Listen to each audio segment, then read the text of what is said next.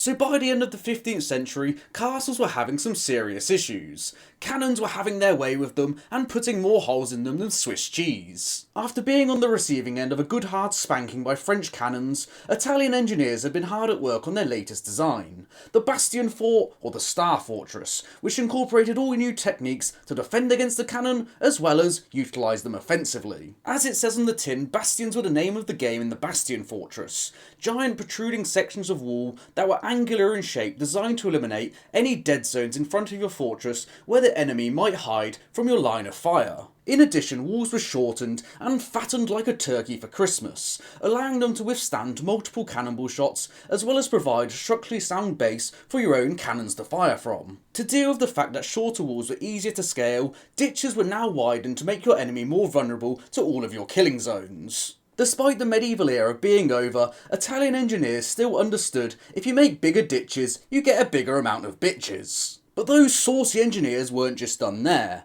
Within our ditch we'd have numerous layers of outerworks, such as ravelins, tenailles, which was basically a wall in front of your wall looking like this, and horn and crown works. These would protect your main wall further from artillery, provide forward defensive positions, and even hide the fact that you might be preparing an assault from your walls across the ditch. At the end of our ditch we'd have the counterscarp, essentially a retaining wall for our next feature that was around the 4 to 5 metre drop, deterring our enemy from just jumping into the ditch and forcing them to blow a hole straight through it. On top of our counterscarp we'd have our coverway with a palisade in front, essentially our next forward defensive position where we could position a few troops, and then in front of that we'd have the glacis, or glacis, I don't know how to pronounce it. It was a slope man-made embankment that was angled in such a way that left you in full view of every other defence we just mentioned, and if you wanted to fire your cannons at the opponent's wall, you'd either have to destroy this first, taking a lot of time, or place your cannons right at the very top here, leaving you horribly vulnerable. Each of our components are designed to lend mutual support to each other,